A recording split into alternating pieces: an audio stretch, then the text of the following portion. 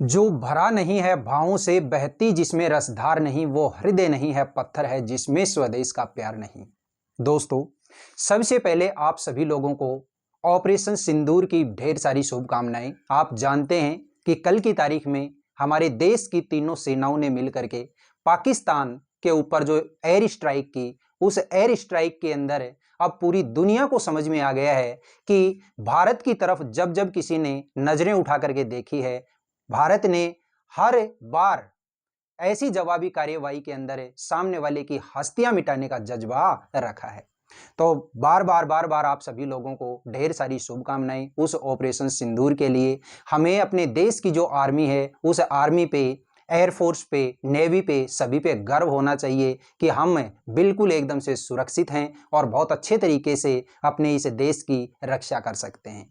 चलिएगा, इसी कड़ी के अंदर मैं आपका भाई, आपका दोस्त, अपने इस YouTube चैनल पर आप सभी का फिर से स्वागत करता हूं और अपने उसी मोटिवेशनल कोट के साथ कि ना रुकूंगा ना झुकूंगा, सिर्फ करके दिखाऊंगा। आज का हमारा ये जो टॉपिक चलने वाला है, आर्टिकल्स एंड डिटरमिनर्स, इसके अंदर आज फिर से हम एक्सरसाइज करने वाले हैं और इस एक्सरसाइज के अंदर हम देखेंगे ए का यूज भी देखेंगे, ए एन का यूज भी देखेंगे और दा का यूज भी देखेंगे। कल की हमारी जो क्लास थी, उस क्लास के अंदर मैंने सिर्फ और सिर्फ ए और ए एन के बारे में एक्सरसाइज आपके सामने रखी थी। आज इसके अंदर ए एन और दा, और साथ में ही जो हमारा जीरो आर्टिकल है, उस जीरो आर्टिकल को भी यहाँ पे हमें देखेंगे कि कहां पर कोई जीरो आर्टिकल यूज में हो आ सकता है। आप देखिएगा, फर्स्ट जो हमारा क्वेश्चन है, इस फर्स्ट क्वेश्चन के अंदर है, आप गौर से देखिएगा क्या है।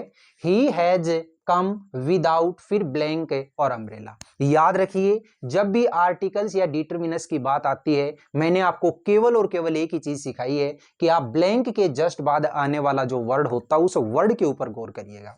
ब्लैंक के बाद जो वर्ड आया, इसमें क्या है, अम्ब्रेला। देखिएगा साउंड किसकी निकल रही है, इसके अंदर है ए की, और ए की साउंड निकल रही है, इसलिए हम यहाँ पे क्या फिलअप करेंगे साथियों, a an. He has come without an umbrella. Next देखिएगा, सबसे पहले दिया ब्लैंक, गंगा इज, फिर ब्लैंक सैक्रेड रिवर। आप जानते हैं ये जो गंगा है, ये गंगा क्या है, हमारे देश की एक रिवर यानी कि नदी का नाम है। और नदियों के नाम से पहले आपको पता है हम कौन सा आर्टिकल फिलअप करते हैं, दा। तो यहाँ पे तो पहले वाला जो ब्लैंक है, इसमें तो क्या होगा, दा गंगा इज। अब इसके बाद में देखिएगा, इस ब्लैंक के बाद जो दिया गया वर्ड है, ये क्या है, सैक्रेड। बोल करके मैंने देखा तो इसका जो साउंड निकला, वो साउंड क्या है, से। और ये जो से है, ये हमारे हिंदी में स्वर नहीं होता, इसलिए यहां पे हम क्या फिलअप करेंगे, ए। तो सेंटेंस क्या हो गया, the Ganga is a sacred river. Next देखिएगा, ब्लैंक फ्रेंच डिफीटेड, फिर ब्लैंक जर्मन्स। देखिए यहां पे इस ब्लैंक के बाद में जो वर्ड दिया गया है, ये क्या है, फ्रेंच, और यहां पे जो वर्ड दिया गया है, ये क्या है, जर्मन्स। तो यहां पे देखो, एक चीज गौर से देखिएगा, फ्रांस के जो रहने वाले हैं, उन लोगों को हम क्या बोलते हैं, फ्रेंच बोलते हैं। जर्मनी के जो रहने वाले हैं, उनको क्या बोलते हैं, जर्मन्स बोलते हैं। इसी तरीके से हम इंडिया के रहने वाले हैं, हमें क्या बोलेंगे, इंडियंस। तो जब भी किसी ऐसे वर्ड या किसी ऐसी नाउन के द्वारा जिससे पूरे के पूरी कैटेगरी का हमें पता चलता हो, तो उसके साथ में हमेशा आर्टिकल क्या फिलअप किया जाएगा, दा। ठीक है, जैसे द इंडियंस है ना, the Chinese, the Americans, the French, the Germans, इस तरीके से। तो दोनों ही ब्लैंक के अंदर हम क्या फिलअप करेंगे साथियों, द। तो सेंटेंस क्या हो गया मेरा, the French defeated the Germans. Next देखिएगा, विच इज, फिर blank longest river in the India, go in India. गौर से देखिएगा, यहां पे इस ब्लैंक के बाद में दिया गया जो वर्ड है, वो वर्ड क्या है आपको, लॉन्गेस्ट। और लॉन्गेस्ट जो वर्ड है, इसमें देखो लास्ट में क्या जुड़ा हुआ है, ईएसटी। और जब भी लास्ट में किसी वर्ड के ईएसटी जुड़ा हुआ हो, या फिर दिया गया जो वर्ड है, उस वर्ड से पहले मोस्ट, MOST वर्ड लगा हो, तो वो हमारी कौन सी डिग्री का वर्ड होता है, सुपरलेटिव डिग्री। और सुपरलेटिव डिग्री से पहले हमेशा क्या फिलअप करते हो आप, द। तो क्या हो गया, which is the longest river in India. Next देखिएगा, रुस्तम वॉज, फिर ब्लैंक यंग पारसी। गौर से देखिएगा, वर्ड को मैंने बोल करके देखा तो साउंड क्या निकली, शुरुआत के अंदर यंग, यानी कि ये की साउंड निकली। और ये जो ये है, ये हमारे हिंदी में स्वर नहीं होता, इसलिए यहां पे हम क्या फिलअप करेंगे दोस्तों, a. Rustam was a young Parsi. Next देखिएगा, शी रिटर्न आफ्टर, फिर ब्लैंक आर। गौर से देखो, ब्लैंक के बाद में दिया गया जो वर्ड है इसको मैंने बोल करके देखा, साउंड क्या निकली, आर। तो यानी कि ये आवर जो है इसमें शुरुआत के अंदर जो साउंड है वो क्या है, आ। और ये जो आ है ये हिंदी में स्वर होता है इसलिए इससे पहले क्या फिलअप करेंगे हमें, a an. She returned after an a hour. Next देखो, ब्लैंक सन साइंस ब्राइटली। गौर से देखिएगा, ब्लैंक के बाद दिया गया जो वर्ड है वो क्या है, सन। और याद करिएगा, सन है, मून है, अर्थ है, वर्ल्ड है, ये सारी की सारी जो चीजें होती हैं ये क्या है, यूनिवर्सल। और यूनिवर्सल जो भी थिंग्स होती हैं, यूनिवर्सल जो चीजें होती हैं, उनसे पहले हमेशा क्या फिलअप करोगे यहाँ पे, द। तो सेंटेंस क्या हो गया ये, the sun shines brightly. Next देखिएगा, प्रयागराज इज, फिर ब्लैंक होली सिटी। जो ब्लैंक के बाद दिया गया वर्ड है इसको बोल करके देखिएगा, होली। किसके साउंड निकल रही है। और ये जो है हल होता है ये हमारे हिंदी में स्वर नहीं होता इसलिए इससे पहले हम क्या लगाएंगे, ए लगाएंगे। Prayagraj is a holy city. Next देखिएगा, संस्कृत इज, फिर blank easy language, but English is, फिर ब्लैंक डिफिकल्ट लैंग्वेज। वर्ड को बोल करके देखिए, यहाँ पे जो वर्ड है इस वर्ड के अंदर साउंड क्या निकला, इजी, यानी कि ई की साउंड है। और ई जो होता है ये हमारे हिंदी में स्वर होता है इसलिए इससे पहले तो हम क्या भरेंगे, ए एन। और नीचे वाला जो ब्लैंक है इस ब्लैंक के बाद दिया गया जो वर्ड है इसकी साउंड क्या देखो, डिफिकल्ट, यानी कि डे की साउंड है। और ये जो डे होता है ये हमारे हिंदी में स्वर नहीं होता इसलिए इससे पहले क्या फिलअप करोगे यहाँ पे, ए। तो सेंटेंस क्या हो गया, Sanskrit is an easy language but English is a difficult language. Next देखिएगा, व्हाट, फिर blank beautiful seen this is. Blank के बाद दिया गया जो वर्ड है इसको बोल करके देखिएगा, ब्यूटीफुल। और ये जो ब्यूटीफुल वर्ड है ये ब्यूटीफुल वर्ड के अंदर साउंड क्या निकल रही है, बै की। और बै की जो साउंड है ये हमारे हिंदी में स्वर नहीं है इसलिए इससे पहले क्या फिलअप करोगे यहाँ पे, ए। तो सेंटेंस क्या हुआ, what a beautiful seen this is. Next देखिएगा, सेंटेंस नंबर 11 क्या बोला, शी वॉज किल्ड इन, फिर ब्लैंक एक्सीडेंट। सेंटेंस देखिएगा, एक्सीडेंट, साउंड किसकी निकल रही है, ए की। और ए की साउंड निकल रही है इसलिए क्या फिलअप करोगे, एन। तो सेंटेंस क्या हो गया, she was killed in an accident. Next देखिए, blank pen is mightier than, फिर ब्लैंक स्वॉर्ड।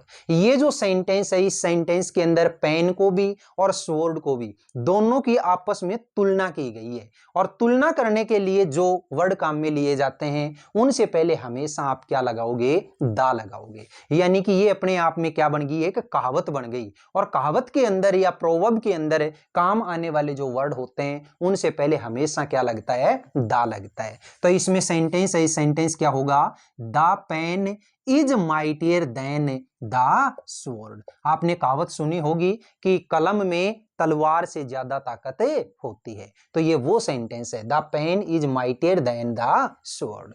नेक्स्ट देखो, गेट मी, फिर blank kilo of rice from blank nearest grocer. देखिए पहले वाला जो ब्लैंक है इस पहले वाले ब्लैंक के अंदर वर्ड जो दिया गया इस वर्ड को मैंने बोल के देखा, किलो। किसकी साउंड निकल रही है, कै की। और ये कै जो होता है हिंदी में स्वर नहीं होता इसलिए यहां पे तो हम क्या फिलअप करेंगे, ए। दूसरा जो ब्लैंक है इस ब्लैंक के बाद दिया गया जो वर्ड है ये वर्ड देखिए क्या है, नियरेस्ट। लास्ट में क्या जुड़ा हुआ है, ईएसटी। और लास्ट में ईएसटी अगर होता है तो सेंटेंस के वो जो वर्ड होता है वो वर्ड क्या है मेरा, सुपरलेटिव डिग्री। और सुपरलेटिव डिग्री से पहले हमेशा क्या लगता है, दा लगता है। तो यहां पे हम क्या भरेंगे, दा। सेंटेंस क्या हुआ, get me A kilo of rice from the nearest grocer. Next देखिए, ब्लैंक मून इज साइनिंग इन, फिर ब्लैंक और स्काई। आपने देखा ब्लैंक के बाद दिया गया जो वर्ड है मून और यहाँ पे ब्लैंक के बाद में दिया गया वर्ड है स्काई। दोनों ही जो वर्ड होते हैं ये दोनों ही वर्ड अपने आप में क्या है, यूनिवर्सल। और यूनिवर्सल जो वर्ड होते हैं उनसे पहले हमेशा क्या फिलअप करते हो आप, दा। तो यहाँ पे भी क्या फिलअप करेंगे, दा। और यहाँ पे भी क्या करेंगे, दा। सेंटेंस क्या हुआ, the moon is signing in the sky. Next देखिएगा, कश्मीर इज फिर ब्लैंक स्विट्जरलैंड ऑफ इंडिया। यहां पे इस सेंटेंस में देखो कश्मीर है, उस कश्मीर की तुलना की गई है किससे? स्विट्जरलैंड से, कि जो कश्मीर है वो भारत का स्विट्जरलैंड कहलाता है। तो जब भी तुलना हम करते हैं किसी एक चीज की दूसरी चीज के साथ है, तो जिसके साथ हम तुलना करते हैं उससे पहले हमेशा क्या लगता है? दा लगता है। तो क्या लगाएंगे हम यहाँ पे? दा। सेंटेंस क्या हुआ?